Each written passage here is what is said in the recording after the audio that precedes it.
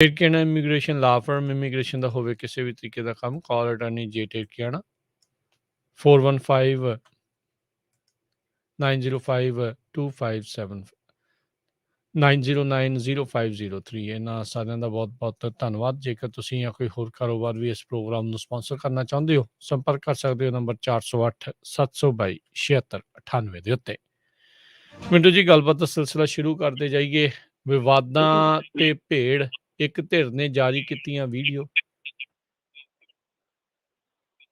ਜੀ ਜੀ ਜੀ ਹਾਂਜੀ, ਇੱਕ ਧਿਰ ਨੇ ਜਿਹੜੀ ਵੀਡੀਓ ਜਿਹੜੀ ਜਾਰੀ ਕੀਤੀ ਆ, ਉਹਦੇ ਵਿੱਚ ਮਤਲਬ ਕਿ ਆਪਾਂ ਨਿਹੰਗ ਸਿੰਘਾਂ ਤੋਂ ਸ਼ੁਰੂਆਤ ਕਰਦੇ ਹਾਂ ਕਿ ਉਹਨਾਂ ਨੇ ਅੱਜ ਦੋ ਵੀਡੀਓ ਜਾਰੀ ਕੀਤੀਆਂ ਨੇ। ਮਸਲਨ ਇੱਕ ਵੀਡੀਓ ਤੇ ਹੈਗੀ ਆ ਜਿਹਦੇ ਵਿੱਚ ਲਖਵੀਰ ਕੁਛ ਗੱਲਾਂ ਕਰ ਰਿਹਾ ਤੇ ਮਤਲਬ ਕਿ ਥੱਲੇ ਪਿਆ, ਉਦੋਂ ਉਹਦਾ ਗੁੱਟ ਨਹੀਂ ਵੱਢਿਆ ਨਜ਼ਰ ਆਉਂਦਾ। ਤਾਂ ਉਹ ਪਹਿਲਾਂ ਤਾਂ ਕਹਿ ਰਿਹਾ ਕਿ ਸਾਨੂੰ ਉਹਨਾਂ ਨੇ ਇਸ ਕੰਮ ਵਾਸਤੇ 30 ਰੁਪਈਏ, ਫਿਰ ਕਹਿੰਦਾ 30,000 ਰੁਪਈਏ, ਇਦਾਂ ਕਰਕੇ ਕੋਈ ਸ਼ਬਦ ਥੋੜੇ ਬੋਲਦਾ ਹੈ, ਸਾਫ਼ ਨਹੀਂ ਸੁਣਾਈ ਦਿੰਦਾ, ਤੁਹਾਨੂੰ ਪਤਾ ਹੀ ਹੈ। ਪਰੰਤੂ ਉਹਦੇ ਚੋਂ ਇੱਕ ਚੀਜ਼ ਨਿਕਲਦੀ ਹੈ ਕਿ ਹਾਂ ਸਾਡੇ ਨਾਲ ਇੱਕ ਮੁੰਡਾ ਸੀਗਾ ਤੇ ਉਹ ਕਹਿੰਦੇ ਉਹਦਾ ਨੰਬਰ ਦੱਸ, ਤੇ ਉਹ ਕਹਿੰਦਾ ਉਹਦਾ ਨੰਬਰ ਪਹਿਲਾਂ ਬੋਲਦਾ ਕੁਛ ਗਲਤ ਬੋਲਣ ਲੱਗਦਾ, ਫਿਰ ਯਾਦ ਕਰਕੇ ਇੱਕ ਨੰਬਰ 99 156 ਕੁਛ ਇਸ ਤਰ੍ਹਾਂ ਬੋਲਦਾ ਤੇ ਅੱਗੇ ਕੋਈ ਨੰਬਰ ਬੋਲਦਾ ਪੂਰਾ।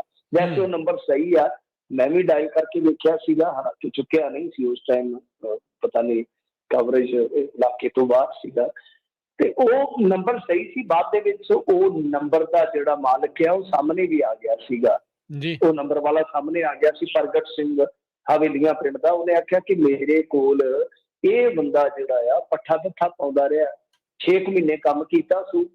ਮੈਂ ਇੰਨਾ ਦੱਸ ਸਕਦਾ ਹਾਂ ਕਿ ਬੰਦਾ ਪੈਗ ਸ਼ੈਗ ਲਾਉਂਦਾ ਸੀ, ਜਾਂ ਬੀੜਾ ਬੂੜਾ ਜਿਹਨੂੰ ਜਰਦਾ ਆਪਾਂ ਕਹਿ ਦਿੰਦੇ ਹਾਂ, ਇਹ ਲਾਉਂਦਾ ਸੀ। ਇਹੋ ਜਿਹਾ ਸੁਭਾਅ ਸੀ, ਕਹਿੰਦਾ ਕਿ ਜੇ ਕਿਤੇ ਗੁਰਬਾਣੀ ਚੱਲਦੀ ਹੈ ਟੈਲੀਵਿਜ਼ਨ ਤੇ ਕੋਲ ਨਹੀਂ ਸੀ ਖੜਦਾ। ਕਹਿੰਦਾ ਮੈਂ ਖਾਣ ਪੀਣ ਵਾਲਾ ਬੰਦਾ, ਮੇਰੇ ਕੰਨਾਂ 'ਚ ਵੀ ਨਹੀਂ ਗੁਰਬਾਣੀ ਪੈਣੀ ਚਾਹੀਦੀ।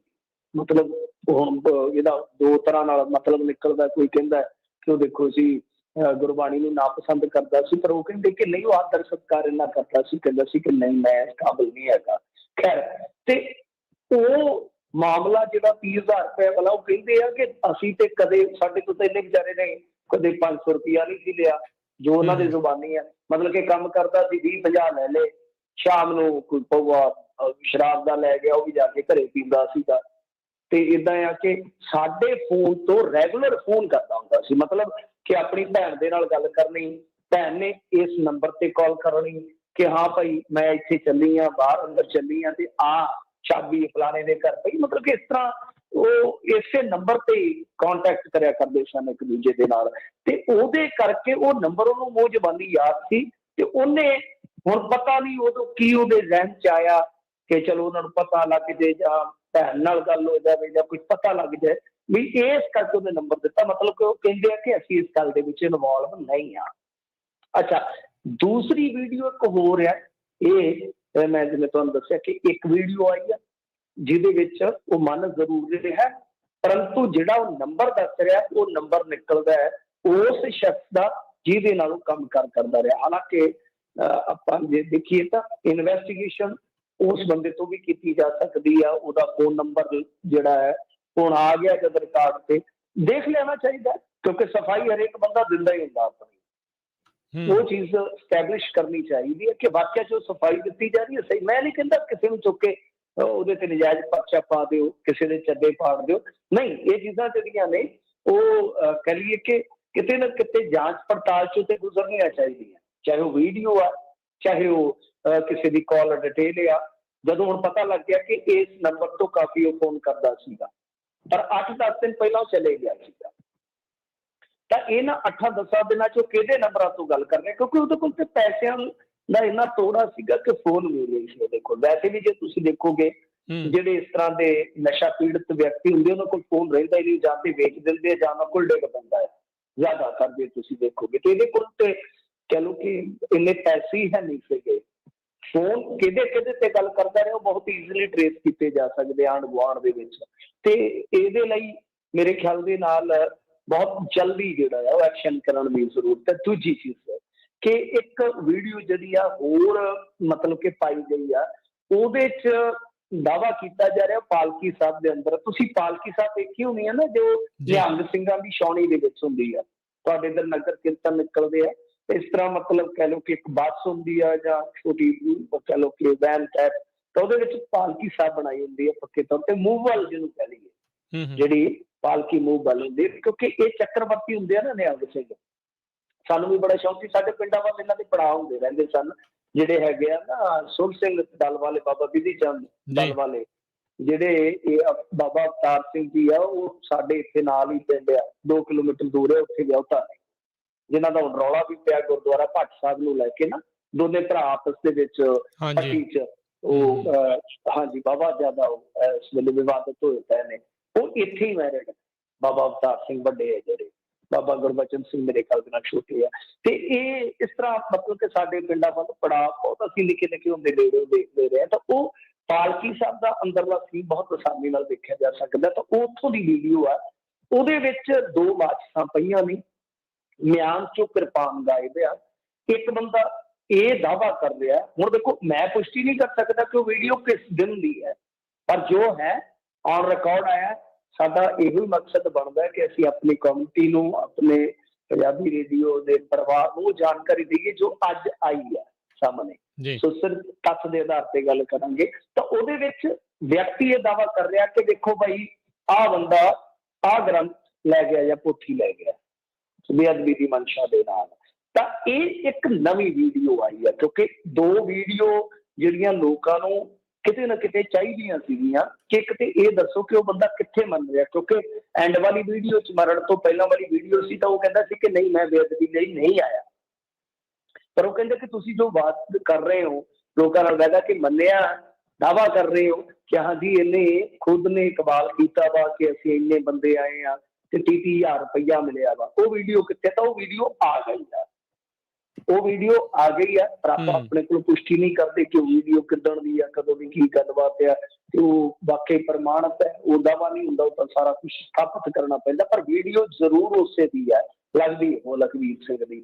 ਅੱਛਾ, ਹੁਣ ਜਿਹੜੀ ਰਹੀ ਗੱਲ ਕਿ 2 ਚੀਜ਼ਾਂ ਤੇ ਸਾਹਮਣੇ ਆ ਗਈਆਂ, 2 ਵੀਡੀਓ ਆ ਗਈਆਂ, ਇੱਕ ਚ ਠੀਕ ਆ, ਇਹ ਆਪਾਂ ਕਹਿ ਸਕਦੇ ਹਾਂ ਕਿ ਕਈ ਵਾਰ ਬੰਦਾ ਜਦੋਂ ਕਾਬੂ ਆ ਜਾਂਦਾ, ਡਰਿਆ ਬਹੁਤ ਕੁਝ ਬੋਲਦਾ, ਮੰਨਦਾ ਵੀ ਹੈ, ਚਾਹੇ ਪੁਲਿਸ ਹੋਵੇ ਚਾਹੇ ਭੀੜ ਹੋਵੇ, ਬੰਦਾ ਡਰਦਾ, ਜਿਵੇਂ ਕੋਈ ਕਹੀ ਜਾਂਦਾ ਮੰਨੀ ਜਾਂਦਾ, ਨੰਬਰ ਵੀ ਉਹਨੇ ਡਰਦੇ ਨੇ ਜਿਸ ਤਰ੍ਹਾਂ ਬੋਲਿਆ, ਹੋ ਸਕਦਾ ਉਹਦੀ ਮਨਸ਼ਾ ਕੁਝ ਜਿਵੇਂ ਉਹ ਕਹਿੰਦੇ ਕਿ ਕੋਈ ਹੋਰ ਰਹੀ ਹੋਵੇ, ਸਭ ਕੁਝ ਮੰਨ ਲਿਆ। ਪਰ ਚਲੋ ਠੀਕ ਹੈ ਕਿ ਉਸ ਧਿਰ ਵੱਲੋਂ ਵੀਡੀਓ ਜਾਰੀ ਕੀਤੀਆਂ ਗਈਆਂ, ਪਰ ਇੱਕ ਵੀਡੀਓ ਹਾਲੇ ਵੀ ਨਹੀਂ ਆਈ, ਮਤਲਬ ਕਿ ਜਿੱਥੋਂ ਸਾਡੇ ਵੱਲੋਂ ਗ੍ਰੰਥ ਚੱਕਿਆ ਗਿਆ ਵਾ ਕਥਿਤ ਤੌਰ ਤੇ, ਉਹ ਵੀ ਵੀਡੀਓ ਆ ਗਈ, ਜਿੱਥੇ ਉਹਨੇ ਨੰਬਰ ਦਿੱਤਾ ਵਾ ਤੇ ਜਾਂ ਕਿਹਾ ਕਿ ਅਸੀਂ ਇੰਨੇ ਬੰਦੇ ਆਏ ਆ ਜਾਂ ਕੁਛ, ਉਹ ਵੀ ਵੀਡੀਓ ਆ ਗਈ ਕਥਿਤ ਰੂਪ ਦੇ ਵਿੱਚ।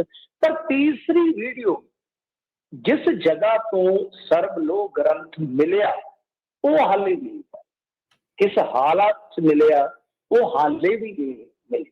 ਸੋ ਇੱਕ ਵੀਡੀਓ ਕਹਿ ਲਓ ਕਿ ਜਿਹੜੀ ਆ ਉਹ ਹਾਲ ਦੀ ਘੜੀ ਇਸ ਸਾਰੀ ਲੜੀ ਦੇ ਵਿੱਚੋਂ ਮਿਸਿਆ ਕਿ ਬੇਅਦਬੀ ਕਿੱਥੇ ਹੋਈ, ਘਟਨਾ ਵਾਲੀ ਥਾਂ ਕਿੱਥੇ ਸੀ, ਪਾਲਕੀ ਤੋਂ ਕਿੰਨੀ ਦੂਰ ਸੀ, ਕਿਸ ਅਵਸਥਾ 'ਚ ਸੀ, ਉਹ ਸਾਰੀਆਂ ਚੀਜ਼ਾਂ ਹਾਲੇ ਕਲੀਅਰ ਨਹੀਂ ਹੋਈਆਂ। ਕਲੀਅਰ ਸ਼ਬਦ ਬੜਾ ਮਸ਼ਹੂਰ ਹੋ ਗਿਆ, ਕਲੀਅਰ ਲੋਕ ਟਰੋਲ ਦੇ ਰੂਪ ਦੇ ਵਿੱਚ ਵੀ ਕਰਦੇ ਆ, ਕਿਉਂਕਿ ਉਹ ਜਿਹੜਾ ਨਿਹੰਗ ਅਮਨ ਸਿੰਘ ਆ ਉਹ ਵਾਰ-ਵਾਰ ਕਹਿੰਦਾ ਪੁੱਤਰੋ ਸੰਸਾਰ ਨੂੰ ਕਲੀਅਰ ਕਰ ਦਿਆਂਗੇ, ਕਲੀਅਰ ਕਰ ਦਿਆਂਗੇ, ਕਲੀਅਰ ਵੈਸੇ ਕੁਛ ਨਹੀਂ ਕਰਦਾ ਜੀ।